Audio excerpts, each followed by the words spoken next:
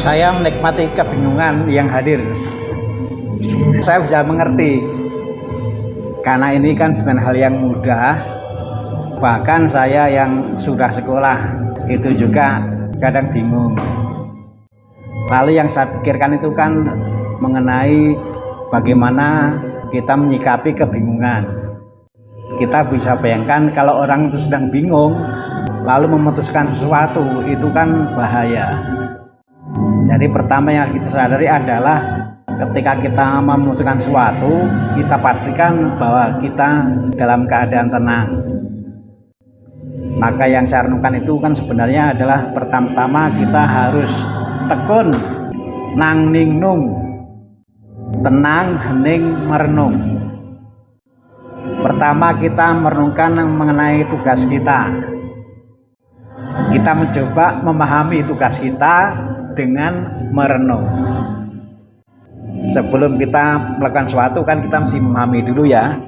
Nah, ada satu metode yang sederhana yang memang berguna untuk memahami, yaitu nang ning nung, tenang hening merenung. Itu nomor satu. Lalu nomor dua, yang juga bisa membantu kita untuk memahami, itu adalah pedoman DPP. Jadi keuskupan itu sebenarnya punya pedoman. Jadi untuk memahami itu, di samping dengan nang ning nung, ada baiknya nanti kita mencoba belajar bersama dari pedoman itu. Lalu kemudian yang juga menjadi bahan bagi kita untuk layanan itu adalah arah pastoral keuskupan. Materinya itu mengenai merawat bumi rumah bersama. Nah, lalu kita bisa merenung. Saya diberi sarana untuk ambil bagian, dan sarana itu judulnya adalah pengurusan. Ada orang muda, ada WK, ada KMP, ada hubungan antaragama, ada kerasuan keluarga. Nah, ini sarana yang dipercayakan kepada kita. Nah, kalau saya diberi sarana ini, lalu berkaitan dengan arah merawat bumi bersama, lalu apa yang bisa dibuat? Lalu kemudian di samping ada bahan yang dari keuskupan, sebenarnya juga ada bahan yang sifatnya lokal. Ringkasnya, gereja terutama yang lokal ya, kegiatannya harus sungguh kita usahakan membantu umat yang kita layani supaya hidup sehari-harinya menjadi lebih baik. Ini yang bahan lokal. Kalau yang dari keuskupan itu kan enggak dengan sendirinya, membantu hidup sendiri diringankan, enggak dengan sendirinya kan. Nah, itu dilengkapi dengan bahan yang sifatnya lokal. Maka kita memang kembali juga harus tekun nang ning nung. Kalau saya merenungkan umat yang dalam jangkauan pelayanan kita, lalu kira-kira kegiatan apa yang bisa kita buat supaya mereka diringankan. Kalau kita menemukan itu, percayalah kita nggak akan kehabisan bahan. Intinya adalah kita berusaha betul supaya kegiatan kita itu meskipun sedikit, meskipun sederhana, tapi itu satu, mewujudkan partisipasi terhadap bahan dari keuskupan tentang gerakan merawat bumi. Dan yang kedua itu meringankan supaya orang umat hidupnya dibuat menjadi lebih baik melalui kegiatan kita. Saya ambil contoh misalnya, ini orang muda yang sasarannya tadi SMP dan SMA. Kita bisa nang ning nung, duduk tenang hening merenung. Persoalan anak SMP SMA itu apa ya? Wah, mereka tuh susah untuk fokus belajar, misalnya itu.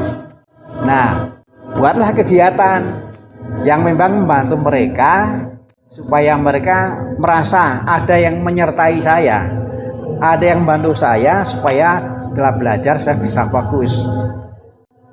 Yang lain masih banyak lagi dah. Jadi ada kegiatan ini. Kalau Kori misalnya mewakili apa ini? Dulunya WK sama Kuria. Kuria sama WK. WK dan Kuria. Nah, WK itu organisasi kemasyarakatan. Lalu kemudian kita kan bisa melihat, karena di dalam melaksanakan kegiatan kemasyarakatan, WK itu kan harapannya juga bekerja sama dengan kelompok-kelompok yang ada di masyarakat. Lalu kan bisa nang ningnung, tenang hening merenung, kelompok-kelompok kemasyarakatan yang melayani masyarakat, yang ada di masyarakat kita itu kelompok apa saja. Lalu bagaimana supaya WK bisa masuk dan bekerja sama. Syukur-syukur di sana juga memberikan motivasi supaya orang itu bekerjanya tulus. Misalnya itu soal WK ya. Lalu soal Kuria. Kuria itu kan tugas utamanya itu kan membina para presidium. Dan presidium Legio Maria itu kan tugas utamanya itu kan kerasulan. Lalu kan kita bisa merenungkan supaya kerasulan Legio Maria itu meringankan orang dan bukan sekedar menambah kegiatan saja, tapi supaya orang itu terbantu menjadi lebih baik. Nah, kira-kira kerasulan apa? Lalu bagaimana menyadarkan tentang hal ini kepada para perwira presidium misalnya, supaya apa?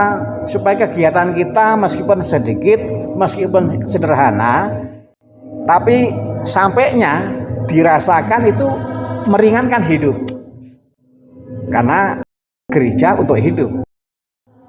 Lalu KMP ya Pak ya, KMP. Kalau saya cermati KMP itu kan isinya orang-orang yang sudah lansia ya Pak ya umumnya. Bisa nang ningnung, tenang hening merenung. Lansia. Lansia itu persoalannya apa ya? Mungkin kesepian. Nah, lalu kita mengadakan kegiatan yang mengenai misalnya bagaimana mengatasi kesepian. Ada seminar kecil-kecilan, saran-saran kecil-kecilan, bagaimana mengatasi kesepian. Karena kalau kesepian itu nggak dikelola dengan baik, itu nanti bisa melahirkan hal yang tidak baik. Ini yang saya rasakan. Ini Tuhan itu maha baik. Yang menyentuh hidup tuh ternyata juga bisa kok, sederhana. Maka jangan kita tuh berpikirnya terlalu muluk, takutnya nanti stres. Stres. Jangan kita itu takut membuat kegiatan yang sederhana. Kalau saya semangati, kemarin ketika bulan Oktober yang dilakukan adalah keliling berkunjung dari keluarga ke keluarga, mengajak keluarga berdoa bersayur. Lalu saya memberikan masukan, November yang dikerjakan tetap dari keluarga mengajak keluarga, yuk kita membaca dan merenungkan kitab suci bersama. Sederhana. Ini kerasulan keluarga, kerasulan kitab suci. Jadi sebenarnya satu kegiatan itu bisa dua level. Yang dikerjakan Karol itu kerasulan keluarga, sekaligus dia kerasulan kitab suci. Nah, kalau saya malam ini kerasulan konsumsi. Nah. Nanti datang nggak bawa apa, pulang bawa kreseknya. Maksud saya gini, saya ngerti pusing ya, tapi kalau kita duduk tenang hening merenung, oh ternyata bisa kok, bisa membuat sesuatu yang berarti tapi kita nggak pusing. Itu dari saya.